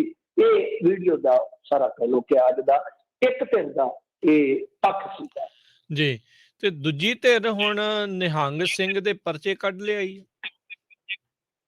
ਹਾਂਜੀ, ਉਹ ਗੱਲ ਕਲੀਅਰ ਦੀ ਆ ਗਈ ਸੀਗੀ। ਤਾਂ ਉਹ ਨਿਹੰਗ ਸਿੰਘ ਜਿਹੜੇ ਹੈਗੇ ਆ ਅਮਨ ਸਿੰਘ, ਉਹਨਾਂ ਦਾ ਦੇਖੋ ਪਰਚਾ ਹੈ ਕੋਈ ਇੱਕ NDPS ਵਾਲਾ, ਇੱਕ ਤੇ ਟਿੰਕੀ ਨੇ ਇਕਸ਼ਾਫ ਕੀਤਾ ਸੀਗਾ ਕਿ ਮਰਡਰ ਦੇ ਮਾਮਲੇ ਦੇ ਵਿੱਚ ਅਮਨ ਸਿੰਘ ਮੇਰੇ ਨਾਲ ਜੇਲ੍ਹ ਦੇ ਵਿੱਚ ਸੀ। ਉਹਦੇ ਬਾਰੇ ਕਿਹਾ ਜਾ ਰਿਹਾ, ਤੁਹਾਨੂੰ ਯਾਦ ਹੋਣਾ ਪਟਿਆਲੇ ਦੇ ਵਿੱਚ ਨਿਹੰਗ ਸਿੰਘਾਂ ਦਾ ਬਹੁਤ ਵੱਡਾ ਕਲੈਸ਼ ਹੋਇਆ ਸੀ, ਯਾਦ ਹੋਣਾ ਤੁਹਾਨੂੰ ਸਭ ਨੂੰ, ਜਿਹਦੇ ਚ ਮੇਰੇ ਖਿਆਲ ਦੇ ਨਾਲ 3 ਜਾਂ 4 ਮਰਡਰ ਹੋਏ ਸੀ, ਆਪਸ ਦੇ ਵਿੱਚ ਬੜੀ ਲੜਾਈ ਹੋਈ ਸੀ, ਕੋਈ ਕਈ ਸਾਲ ਬੀਤ ਗਏ ਨੇ ਇਸ ਮਾਮਲੇ ਨੂੰ। ਕਹਿੰਦੇ ਕਿ ਉਸ ਮਾਮਲੇ ਦੇ ਵਿੱਚ ਵੀ ਅਮਨ ਸਿੰਘ ਨਾਮਜ਼ਦ ਹੋਇਆ ਸੀਗਾ ਮੁਲਜ਼ਮ ਦੇ ਤੌਰ ਤੇ। ਦੇਖੋ ਮੁਲਜ਼ਮ ਤੇ ਦੋਸ਼ੀ ਚ ਫਰਕ ਹੁੰਦਾ ਜੀ, ਕੁਝ ਪੱਤਰਕਾਰ ਆਮ ਬੋਲੀ ਚ ਦੋਸ਼ੀ ਕਹਿ ਜਾਂਦੇ ਆ, ਮੁਲਜ਼ਮ ਤੇ ਦੋਸ਼ੀ ਚ ਫਰਕ ਇਹ ਆ, ਬੇਸਿਕ ਫਰਕ ਹੈ ਜਿਹੜਾ ਕਿ ਜਦੋਂ ਕੋਈ ਨਾਮਜ਼ਦ ਹੋਇਆ, ਇੱਕ ਵਾਰੀ ਉਹਨੂੰ ਮੁਲਜ਼ਮ ਠਹਿਰਾ ਦਿੱਤਾ ਗਿਆ, ਨਾਮਜ਼ਦ ਕਰ ਦਿੱਤਾ ਗਿਆ ਕਿ ਤੂੰ ਭਾਈ ਮੁਲਜ਼ਮ ਹੈ, ਪਰ ਉਹਨੇ ਆਪਣੀ ਬੇਗੁਨਾਹੀ ਸਾਬਤ ਕਰ ਦਿੱਤੀ। ਉਸ ਤੋਂ ਬਾਅਦ ਉਹ ਬਰੀ ਹੋ ਗਿਆ। ਦੋਸ਼ੀ ਕਦ ਬਣੇਗਾ? ਜਦ ਸਜ਼ਾ ਦੇ ਦਿੱਤੀ, ਕੋਰਟ ਨੇ ਕਿਹਾ ਕਿ ਤੇਰੇ ਤੇ ਜਿਹੜੇ ਦੋਸ਼ ਲੱਗੇ ਭਾਈ ਸਾਬਤ ਹੋ ਗਏ। ਸੋ ਇਹ ਬੇਸਿਕ ਫਰਕ ਹੁੰਦਾ। ਕਈ ਵਾਰ ਆਮ ਬੋਲ ਚਾਲ ਚ ਇੱਧਰ ਉੱਧਰ ਸ਼ਬਦ ਹੋ ਜਾਂਦੇ ਆ, ਵੈਸੇ ਕਈ ਵਾਰ ਜਾਣੇ ਅਣਜਾਣੇ ਚ ਵੀ ਹੋ ਜਾਂਦੇ ਨੇ। ਤਾਂ ਦੇਖੋ ਉਹਦੇ ਚ ਤੇ ਦੱਸਦੇ ਆ ਕਿ ਬਰੀ ਹੋ ਗਿਆ ਸੀ। ਹੁਣ ਦੂਜੀ ਧਿਰ ਨੇ ਜਿਹੜਾ ਪਰਚਾ ਕੱਢ ਕੇ ਲਿਆਂਦਾ, ਉਹ ਲਿਆਂਦਾ ਆ ਜਿਹੜਾ ਗਾਂਜਾ ਹੁੰਦਾ। ਇਹਦੇ ਚ ਵੀ ਹੁਣ ਵੱਖਰੀ ਚੀਜ਼ ਆ। ਚਰਸ ਤੇ ਗਾਂਜਾ ਇੱਕ ਵੱਖਰੀ ਚੀਜ਼ ਹੁੰਦੀ ਆ, ਭੰਗ ਵੱਖਰੀ ਚੀਜ਼ ਹੁੰਦੀ ਜਿਹਨੂੰ ਆਪਾਂ ਸੁੱਖਾ ਆਉਂਦੇ ਆ। ਵੈਸੇ ਅਮਰਿੰਦਰ ਸਿੰਘ ਨੇ ਕੱਲ ਨਿਹੰਗਾਂ ਬਾਰੇ ਕਹਿ ਲਓ ਕਿ ਇਹਨਾਂ ਦੇ ਬਾਰੇ ਮੈਂ ਕਹਿੰਦਾ ਕਿ ਸਹੀ ਗੱਲ ਨਹੀਂ ਕਹੀ ਆ ਕਿ ਇਹ ਸੁੱਖਾ ਪੀਂਦੇ ਆ, ਹੋਸ਼ ਦੇ ਵਿੱਚ ਨਹੀਂ ਰਹਿੰਦੇ। ਸਾਰੇ ਨਿਹੰਗ ਸਿੰਘ ਏਦਾਂ ਨਹੀਂ ਹੁੰਦੇ। ਨਿਹੰਗ ਸਿੰਘ ਆਪਾਂ ਬਾਣੇ ਤੋਂ ਵੇਖ ਕੇ ਕਹਿ ਦਿੰਦੇ ਕਿ ਫਲਾਣਾ ਨਿਹੰਗ ਸਿੰਘ, ਤਾਂ ਕਈ ਬਾਣਾ ਜਿਹੜਾ ਉਹ ਇੰਨਾ ਸੁਚਮ ਦੇ ਨਾਲ ਕਹਿ ਲਓ ਧਾਰਨ ਕਰਦੇ ਸਾਰੀ ਜ਼ਿੰਦਗੀ। ਉਹਨਾਂ ਦੀ ਜਿਹੜੀ ਰਹਿਣੀ ਬਹਿਣੀ ਆ ਉਹ ਆਮ ਮਨੁੱਖ ਨਾਲ ਤੇ ਬਹੁਤ ਕਈ ਗੁਣਾ ਹੀ ਕਹਿ ਲਓ ਕਿ ਉਹਨਾਂ ਦੀ ਤਾਂ ਵਰਤਾ ਹੀ ਨਜ਼ਰ ਹੁੰਦੀ ਹੈ ਤੇ ਉਹ ਹਰੇਕ ਤਰ੍ਹਾਂ ਦੇ ਨਸ਼ੇ ਤੋਂ, ਹਰੇਕ ਤਰ੍ਹਾਂ ਦੇ ਵਿਕਾਸ ਤੋਂ ਦੂਰ ਰਹਿੰਦੇ ਆ। ਉਹਨਾਂ ਦੀਆਂ ਚਲੋ ਗੱਲਾਂ ਰਾਜਨੀਤੀ ਨਾਲ ਜੁੜੀਆਂ ਨੇ। ਖੈਰ, ਤਾਂ ਉਹ ਜਿਹੜਾ ਪਰਚਾ ਵਾ ਉਹਦੇ ਚ ਕਾਫੀ ਕੁਝ ਹੋ ਰਿਹਾ। ਤਾਂ ਉਹ ਪਰਚਾ ਬੇਸਿਕਲੀ 5 ਜਣਿਆਂ ਤੇ ਆ, ਜਿਹੜਾ ਕਿ ਮਹਿਲ ਕਲਾਂ ਥਾਣੇ ਦੇ ਵਿੱਚ ਰਜਿਸਟਰਡ ਆ। ਪਰ ਬਾਅਦ ਦੇ ਵਿੱਚ ਉਸੇ ਥਾਣੇ ਦੇ ਥਾਣੇਦਾਰ ਨੇ ਇਹ ਗੱਲ ਕਹਿ ਲਓ ਕਿ ਤਸਦੀਕ ਕੀਤੀ ਆ ਕਿ 3 ਜਣਿਆਂ ਨੂੰ ਬਾਅਦ ਦੇ ਵਿੱਚ ਨਾਮਜ਼ਦ ਕੀਤਾ ਗਿਆ ਸੀ। ਅਮਨ ਸਿੰਘ ਉਹਦੇ ਚੋਂ ਭਗੌੜਾ ਸੀਗਾ। ਬਾਅਦ ਚ ਉਹਨੇ ਇਹ ਵੀ ਕਿਹਾ ਕਿ ਉਹਨੂੰ ਬੇਲ ਮਿਲ ਚੁੱਕੀ ਆ, ਮਤਲਬ ਹਾਈ ਕੋਰਟ ਤੋਂ ਬੇਲ ਮਿਲ ਚੁੱਕੀ ਆ। ਉਹ ਲਾ ਲਓ ਕਿ 2-3 ਮਿੰਟ ਦੀ ਆਡੀਓ ਹੈ, ਕਿਉਂਕਿ FIR ਦੇ ਵਿੱਚ 2 ਨੰਬਰ ਸੀ। ਉਹ ਸਤਨਾਮ ਸਿੰਘ ਦਾਊ ਹੈਗੇ ਆ, ਉਹਨਾਂ ਦਾ ਵੀ ਇੱਕ NGO ਆ। ਉਹ ਫੋਨ ਕਾਲ ਕਰਦੇ ਆ, ਇਹ ਸ਼ਾਇਦ ਇਹ ਅਮਨ ਸਿੰਘ ਦਾ ਨੰਬਰ ਹੈ। ਪਰੰਤੂ ਉਹ ਗਾਂ ਜਿਹੜਾ ਉਸ ਸਮੇਂ ਇਨਵੈਸਟੀਗੇਟਰ ਹੋਏ ਦਾ ਮਾਮਲੇ ਦਾ IO, ਉਹਦਾ ਨੰਬਰ ਸੀ, ਕਿਉਂਕਿ FIR ਦੇ ਵਿੱਚ ਨੰਬਰ ਮੈਂਸ਼ਨ ਹੁੰਦੇ ਨੇ ਕਿ ਜਿਹੜਾ IO ਦਾ ਨੰਬਰ ਲਿਖਿਆ ਜਾਂਦਾ ਬਕਾਇਦਾ। ਤਾਂ ਉਹ ਨੰਬਰ ਜਿਹੜਾ ਸੀਗਾ ਉਹ ਗਾਂ ਲੱਗ ਗਿਆ ਥਾਣੇਦਾਰ ਦਾ। ਉਹਨੇ ਇਸ ਕੇਸ ਦੀ ਚਰਚਾ ਕਿਤੇ ਸੁਣੀ ਹੋਣੀ ਹੈ। ਉਹਨੇ ਇਹ ਗੱਲ ਜਿਹੜੀ ਵੈਰੀਫਾਈਡ ਕੀਤੀ ਕਿ ਦੇਖੋ ਪਹਿਲਾਂ ਜਦੋਂ ਅਸੀਂ ਬੰਦੇ ਫੜੇ ਉਹ 5 ਸਨ, ਉਹਦੇ ਚ ਅਮਨ ਸਿੰਘ ਦਾ ਨਾਮ ਨਹੀਂ ਸੀਗਾ। ਪਰ ਉਹਨਾਂ ਨੇ ਦੱਸਿਆ ਕਿ ਇਸ ਕੰਮ ਦੇ ਵਿੱਚ ਸਾਡੇ ਨਾਲ 3 ਬੰਦੇ ਹੋਰ ਸਨ, ਉਹਨਾਂ ਦੇ ਵਿੱਚ ਅਮਨ ਸਿੰਘ ਨੂੰ ਨੋਮੀਨੇਟ ਕੀਤਾ ਗਿਆ ਸੀ। ਪਰ ਨਾਲ ਉਹਨੇ ਕਿਹਾ ਕਿ ਭਗੌੜਾ ਹੋਣ ਤੋਂ ਬਾਅਦ ਇਹਨੇ ਹਾਈ ਕੋਰਟ ਚੋਂ ਬੇਲ ਲੈ ਲਈ ਸੀ। ਬੇਲ ਦਾ ਮਤਲਬ ਇਹ ਹੁੰਦਾ, ਵੈਸੇ ਤੇ NDPS ਦੇ ਵਿੱਚ ਏਦਾਂ ਬੇਲ ਨਹੀਂ ਮਿਲ ਰਹੀ, ਪਰ ਥਾਣੇਦਾਰ ਨੇ ਜੋ ਗੱਲ ਦੱਸੀ ਮੈਂ ਉਹਦੇ ਤੋਂ ਗੱਲ ਪਕੜੀ ਕਿ ਉਹਦਾ ਕਿਉਂਕਿ ਮੁੱਢਲੇ ਜਿਹੜੇ ਨਾਮਜ਼ਦ ਮੁਲਜ਼ਮ ਸਨ ਉਹਨਾਂ ਦੇ ਵਿੱਚ ਨਾਂ ਨਹੀਂ ਸੀ ਕਥਿਤ ਤੌਰ ਤੇ, ਤਾਂ ਬਾਅਦ ਚ ਸ਼ਾਮਲ ਕੀਤਾ ਗਿਆ। ਇਹ ਐਡਵਾਂਟੇਜ ਮਿਲ ਜਾਂਦਾ ਸੋ ਮੈਨੂੰ ਲੱਗਦਾ ਕਿ ਇਹ ਐਡਵਾਂਟੇਜ ਅਮਨ ਸਿੰਘ ਨੂੰ ਮਿਲਿਆ। ਸੋ ਪਰਚਿਆਂ ਦੀ ਸੱਚਾਈ ਇਹ ਆ ਕਿ ਪਰਚਾ ਹੋਇਆ ਪਰ ਕਿਸੇ ਚੋਂ ਸਜ਼ਾ ਯਾਫਤਾ ਨਹੀਂ ਹੈ ਨਿਹੰਗ ਅਮਨ ਸਿੰਘ। ਸੋ ਇਹ ਗੱਲ ਜਿਹੜੀ ਹੈ ਹੁਣ ਤੁਸੀਂ ਜੋੜ ਸਕਦੇ ਹੋ ਕਿ ਉਹਦਾ ਬੈਕਗਰਾਉਂਡ ਕੁਝ ਇਸ ਤਰ੍ਹਾਂ ਦਾ ਵਿਵਾਦਿਤ ਹੈ, ਕ੍ਰਿਮੀਨਲ ਕੇਸਾਂ ਦੇ ਵਿੱਚ ਉਲਝਿਆ ਹੋਇਆ ਬੈਕਗਰਾਉਂਡ ਜ਼ਰੂਰ ਹੈ। ਬਾਕੀ ਜਿਹੜੀਆਂ ਗੱਲਾਂ ਬਾਤਾਂ ਉਹ ਆਪਾਂ ਕੱਲ ਦੇ ਪ੍ਰੋਗਰਾਮ 'ਚ ਭਲੀ ਭਾਂਤੀ ਕਰ ਚੁੱਕੇ ਹਾਂ ਕਿ ਕਿਸ ਤਰ੍ਹਾਂ ਦੀ ਕੰਟਰਾਡਿਕਸ਼ਨ ਉਹਨਾਂ ਦੀਆਂ ਵੱਖ-ਵੱਖ ਸਟੇਟਮੈਂਟਾਂ 'ਚ ਹੈਗੀ ਆ। ਜੀ, ਤੇ ਹੁਣ ਇਸੇ ਮਾਮਲੇ ਦੇ ਵਿੱਚ ਸਿੱਟ ਦਾ ਵੀ ਗਠਨ ਹੋ ਗਿਆ। ਹਾਂਜੀ ਰਾਜ ਕਰਮਜੀਤ ਸਿੰਘ ਜੀ, SIT ਦਾ ਵੀ ਗਠਨ ਕਰ ਦਿੱਤਾ ਗਿਆ ਸਰਕਾਰ ਨੇ। ਮੈਂ ਇਸ ਚੀਜ਼ ਨੂੰ ਇੱਕ ਅੱਛਾ ਕਦਮ ਮੰਨਦਾ ਵਾਂ, ਕਿਉਂਕਿ ਜਿਹੜੇ ਨਾਗਰਿਕ ਜ਼ਿਆਦਾਤਰ ਇਸ ਮਾਮਲੇ ਨਾਲ ਜੁੜੇ ਆ, ਚਾਹੇ ਉਹ ਮੁਲਜ਼ਮਾਨ ਧਿਰ ਹੋਵੇ ਚਾਹੇ ਜੋ ਮ੍ਰਿਤਕ ਆ ਉਹ ਹੋਵੇ, ਇਹ ਸਾਰੇ ਪੰਜਾਬ ਨਾਲ ਜੁੜੇ ਆ। ਮੇਰਾ ਵੈਸੇ ਇੱਕ ਸੰਸਾ ਸੀਗਾ ਜਾਂ ਸ਼ੰਕਾ ਸੀਗਾ ਕਿ ਪਤਾ ਨਹੀਂ ਪੰਜਾਬ ਪੁਲਿਸ ਦੇ ਜਿਊਰਿਸਡਿਕਸ਼ਨ ਦੇ ਵਿੱਚ ਆਏਗਾ ਕਿ ਨਹੀਂ ਆਏਗਾ, ਪਰ ਮੇਰੇ ਖਿਆਲ ਦੇ ਨਾਲ ਬਾਅਦ 'ਚ ਇਹਨਾਂ ਨੇ ਵਿਚਾਰ ਕੀਤਾ ਔਰ ਜਿੱਥੇ ਇਹਨਾਂ ਦੀ ਜਿਊਰਿਸਡਿਕਸ਼ਨ ਬਣਦੀ ਸੀਗੀ ਉਹਦੇ ਵਿੱਚ ਇਹਨਾਂ ਨੇ ਜਾਂਦੇ ਆ, ਉਹਦੇ ਵਿੱਚ ਦਾਖਲ ਹੁੰਦੇ ਆ। ਇਹਨਾਂ ਨੇ ਮੁੱਢਲੇ ਤੌਰ ਤੇ 3 ਮੈਂਬਰੀ SIT ਦਾ ਗਠਨ ਕਰ ਦਿੱਤਾ ਆ। ਵਧੀਆ ਕਦਮ ਹੈ ਜੇ SIT ਜਿਹੜੀ ਆ ਕੰਮ ਕਰੇ, ਕਿਉਂਕਿ ਹੁਣ ਸਰਕਾਰ ਦੇ ਕੋਲ ਤੇ ਮਹੀਨੇ ਚਾਹੁੰਦੀ ਨੇ, ਕੰਮ ਬਥੇਰਾ ਵਾ। ਜੇ ਤੇ ਭੱਜ ਨੱਠ ਕਰਕੇ ਕੁਝ ਸਾਫ਼ ਕਰ ਦੇਣ ਤੇ ਬਹੁਤ ਵੱਡੀ ਗੱਲ ਹੋਏਗੀ। ਕਿਉਂਕਿ ਦੇਖੋ ਆਪਾਂ ਜਿਸ ਤਰ੍ਹਾਂ ਫੋਟੋਆਂ ਆਈਆਂ ਨੇ ਸਾਹਮਣੇ, ਜਿਸ ਤਰੀਕੇ ਨਾਲ ਭਾਜਪਾ, ਮੈਂ ਤੁਹਾਨੂੰ ਵੀ ਇੱਕ ਸਵਾਲ ਰੱਖਿਆ ਸੀ ਤੁਹਾਡੇ ਸਾਹਮਣੇ ਕਿ ਮੈਨੂੰ ਤੇ ਇਉਂ ਲੱਗਦਾ ਜਿਸ ਤਰ੍ਹਾਂ ਬੈਕਗਰਾਉਂਡ ਨਿਕਲੀ ਹੈ ਇਸ ਕਹਾਣੀ ਦੀ, ਗੁਰਮੀਤ ਪਿੰਕੀ ਦੀ ਜਿਹੜੀ ਐਂਟਰੀ ਹੈ ਉਹ ਕਹਿ ਲਓ ਕਿ ਸਧਾਰਨ ਐਂਟਰੀ ਨਹੀਂ ਹੈ। ਉਹ ਬੰਦਾ ਸਧਾਰਨ ਨਹੀਂ ਹੈ, ਉਹਦੀ ਇੰਟੈਲੀਜੈਂਸੀ ਸਧਾਰਨ ਪੱਧਰ ਦੀ ਨਹੀਂ ਹੈ, ਉਹਦੀ ਪਹੁੰਚ ਸਧਾਰਨ ਪੱਧਰ ਦੀ ਨਹੀਂ ਹੈ, ਤਾਂ ਉਹਦੀਆਂ ਗੱਲਾਂ ਵੀ ਸਧਾਰਨ ਪੱਧਰ ਦੀਆਂ ਨਹੀਂ ਹੈ। ਕਿ ਕਿਤੇ ਸਾਰੀ ਜਿੱਦਾਂ ਕਹਿ ਲਈਏ ਕਿ ਹੁਣ ਜਿੱਦਾਂ ਕਿ ਗੇਮ ਦੇ ਵਿੱਚ ਬਹੁਤ ਸਾਰੇ ਬੰਦੇ ਜਿਹੜੇ ਆ ਉਹ ਵਰਤੇ ਨਾ ਗਏ ਹੋਣ, ਉਹਦੇ 'ਚ ਨਿਹੰਗ ਸਿੰਘਾਂ ਦਾ ਵੀ ਜ਼ਿਕਰ ਆਪਾਂ ਕਰਾਂਗੇ। ਕਿ ਉਹ ਵੀ ਕਿਤੇ ਇਹ ਤਾਂ ਨਹੀਂ ਕਿ ਵਰਤੇ ਨਾ ਜਾਓ, ਉਹਨਾਂ ਦੇ ਵਿੱਚ ਇੱਕ ਹੋ ਸਕਦਾ, ਦੋ ਹੋ ਸਕਦੇ ਹੋ, ਕਿ ਗੇਮ ਹੀ ਕਈ ਵਾਰ ਇੰਨੀ ਉਲਝਣੀ ਹੁੰਦੀ ਆ ਕਿ ਤੁਹਾਨੂੰ ਪਤਾ ਨਹੀਂ ਲੱਗਦਾ, ਤੁਹਾਨੂੰ ਪਤਾ ਹੀ ਨਹੀਂ ਲੱਗਦਾ। ਸੋ ਇਹ ਚੀਜ਼ਾਂ ਜਿਹੜੀਆਂ ਨੇ ਉਹ ਬਹੁਤ ਡੂੰਘੀਆਂ ਨੇ, ਕਿ ਜੇ ਮੰਨ ਲਓ ਇਹਨਾਂ ਦੇ ਪਿੱਛੇ ਸੈਂਟਰਲ ਏਜੰਸੀਆਂ ਨੇ, ਖੁਫੀਆ ਤਾਕਤਾਂ ਨੇ ਜਾਂ ਸਰਕਾਰਾਂ ਨੇ, ਫਿਰ ਉਹਨਾਂ ਨੇ ਕੁਝ ਨਹੀਂ ਕਰਨਾ। ਕਰ ਸਕਦਾ ਇੱਥੋਂ ਵਾਲਾ ਪ੍ਰਸ਼ਾਸਕੀ ਢਾਂਚਾ ਜਿਹਦੇ ਕੋਲ ਪਾਵਰ ਹੈਗੀ ਆ, ਇੱਥੇ ਇਨਵੈਸਟੀਗੇਸ਼ਨ ਕਰਨ ਦੇ ਹੱਕ ਵੀ ਹੈਗੇ ਇਹਨਾਂ ਦੇ ਕੋਲ, ਇਨਵੈਸਟੀਗੇਟਰ ਅਫਸਰ ਵੀ ਅੱਛੇ ਹੈਗੇ ਇਹਨਾਂ ਦੇ ਕੋਲ। ਐਸੀ ਗੱਲ ਨਹੀਂ ਹੈਗੀ ਕਿ ਪੰਜਾਬ ਪੁਲਿਸ ਦੇ ਕੋਲ ਕਾਬਲੀਅਤ ਨਹੀਂ ਹੈਗੀ ਜਾਂ ਇਹਨਾਂ ਦੇ ਕੋਲ ਸੰਦ ਸਮਾਨਾ ਨਹੀਂ ਹੈ। ਬਸ ਇੱਕ ਦੋ ਚੀਜ਼ਾਂ ਸਾਫ਼ ਹੋ ਜਾਣ ਕਿ ਉਹ ਬੰਦਾ ਕਿਹਦੇ ਇਨ ਟੱਚ ਸੀਗਾ ਪਿਛਲੇ 10-15 ਦਿਨ ਤੋਂ, ਉਸ ਬੰਦੇ ਨੂੰ ਸਿੰਘੂ ਤੱਕ ਖੜਿਆ ਕਿਵੇਂ, ਇਹ ਦੋ ਤਿੰਨ ਚੀਜ਼ਾਂ ਸਾਫ਼ ਹੋ ਜਾਣ, ਮੇਰੇ ਖਿਆਲ ਦੇ ਨਾਲ ਕਹਾਣੀ ਜਿਹੜੀ ਕਿਸੇ ਪਾਸੇ ਘੁਮਾਈ ਗਈ ਹੈ ਜਾਂ ਕਿਸੇ ਪਾਸੇ ਖੜੀ ਗਈ ਹੈ, ਬਹੁਤ ਹੱਦ ਤੱਕ ਸਾਫ਼ ਹੋ ਜਾਏਗੀ। तो ये तो साफ है कि ਇਹਦੇ ਵਿੱਚ ਕੁਛ ਨਾ ਕੁਛ ਤੇ ਹੋਇਆ, ਕੁਛ ਨਾ ਕੁਛ ਹੋਇਆ। ਜੇ ਬੇਅਦਬੀ ਹੋਈ ਹੈ ਤਾਂ ਉਹਦੇ ਪਿੱਛੇ ਵੀ ਇੱਕ ਸਾਜ਼ਿਸ਼ ਹੈ, ਔਰ ਸਾਜ਼ਿਸ਼ਾਂ ਤਾਂ ਹੀ ਹੋ ਰਹੀਆਂ ਨੇ ਕਿਉਂਕਿ ਇਹਨਾਂ ਬੇਅਦਬੀਆਂ ਨੇ ਸਿਆਸਤ ਨੂੰ ਬਹੁਤ ਵੱਡਾ ਫਾਇਦਾ ਦਿੱਤਾ। ਇਹ ਗੱਲ ਮੈਂ ਬਹੁਤ ਜ਼ਿੰਮੇਵਾਰੀ ਨਾਲ ਕਹਾਂਗਾ, ਔਰ ਤੁਸੀਂ ਇਹ ਦੇਖਿਆ ਵੀ ਹੈ ਕਿ ਕਿਸ ਤਰ੍ਹਾਂ ਸਰਕਾਰ ਪਲਟ ਗਈ ਬੇਅਦਬੀਆਂ ਦੇ ਮਾਮਲੇ ਤੇ। ਕਾਂਗਰਸ ਜਿਨ੍ਹਾਂ ਨੇ ਕਹਿ ਲਓ ਕਿ ਸਿੱਖ ਕਤਲੇਆਮ ਭੂਮਿਕਾ ਜੋ ਅਦਾ ਕੀਤੀ ਇਹਨਾਂ ਦੀ ਕੇਂਦਰੀ ਲੀਡਰਸ਼ਿਪ ਨੇ, ਉਹਨਾਂ ਦੀ ਇੱਥੋਂ ਦੀ ਲੋਕਲ ਲੀਡਰਸ਼ਿਪ ਨੂੰ ਇੱਕ ਐਸਾ ਮੈਂਡੇਟ ਮਿਲਿਆ ਜਿਹੜਾ ਸੋਚ ਵੀ ਨਹੀਂ ਸਕਦੇ ਸੀ। ਉਹਦੇ 50-60 ਕਹਿੰਦੇ 60-65 ਤੱਕ ਲੈ ਜਾਣਗੇ, ਤਾਂ ਤੁਸੀਂ ਦੇਖ ਲਓ ਕਿ ਉਹਨਾਂ ਦੀ ਸੋਚ ਤੋਂ ਵੀ ਪਰੇ ਮੈਂਡੇਟ ਮਿਲਿਆ ਉਹਨਾਂ ਨੂੰ। ਤਾਂ ਇਹ ਇੱਕ ਤਰ੍ਹਾਂ ਨਾਲ ਕਹਿ ਲਓ ਕਿ ਜਜ਼ਬਾਤੀ ਮੁੱਦਾ ਸੀ ਜਿਸ ਨੂੰ ਸਿਆਸਤ ਨੇ ਭੁਨਾਇਆ, ਹਾਲਾਂਕਿ ਇਨਸਾਫ ਨਹੀਂ ਕੀਤਾ। ਤਾਂ ਜਦੋਂ ਇਸ ਤਰ੍ਹਾਂ ਦੇ ਜਜ਼ਬਾਤੀ ਮੁੱਦੇ ਜਿਹੜੇ ਆ ਨਾ ਬਹੁਤ ਵੱਡਾ ਰੋਲ ਅਦਾ ਕਰਦੇ ਹੁੰਦੇ ਆ, ਤੇ ਇਹਦੇ ਵਿੱਚ ਕਿਤੇ ਨਾ ਕਿਤੇ ਫਿਰ ਸਾਜ਼ਿਸ਼ਾਂ ਆ ਜਾਂਦੀਆਂ। ਸੋ ਜੇ ਪੰਜਾਬ ਸਰਕਾਰ ਇੰਨਾ ਵੀ ਕਰੇ, ਦੂਜੇ ਕੰਮਾਂ 'ਚ ਤਾਂ ਨਹੀਂ ਕਰ ਸਕੇ, ਫੇਲ ਰਹੇ ਨੇ ਔਰ ਫੇਲ ਰਹਿਣਗੇ ਵੀ ਅੱਗੇ। ਮੈਂ ਵਾਰ-ਵਾਰ ਇਹ ਦਾਅਵਾ ਕਰਦਾ ਰਿਹਾ ਪਿਛਲੇ 1.5-2 ਸਾਲ ਤੋਂ, ਤੁਸੀਂ ਸੁਣਦੇ ਰਹੇ ਹੋ ਰੈਗੂਲਰ, ਕਿ ਇਹ ਬੰਦੇ ਕੁਛ ਨਹੀਂ ਕਰ ਸਕਣਗੇ। ਤਾਂ ਮੈਂ ਕਹਿੰਦਾ ਕਿ ਜੇ ਇਹ ਇੰਨਾ ਕੁ ਕੁਛ ਹੀ ਕਰ ਦੇਣ ਨਾ, ਇਹ ਬਹੁਤ ਵੱਡੀ ਸਫਲਤਾ ਹੋਏਗੀ। ਪਰ ਜੇ ਫਿਰ SIT ਬਣਾ ਕੇ ਇੱਕ ਖਾਨਾ ਪੂਰਤੀ ਕਰਨੀ, ਉਹਦੇ ਨਾਲ ਨਾ ਬਣਾਉਣ ਕੋਈ ਚੱਕਰ ਨਹੀਂ ਹੈਗਾ।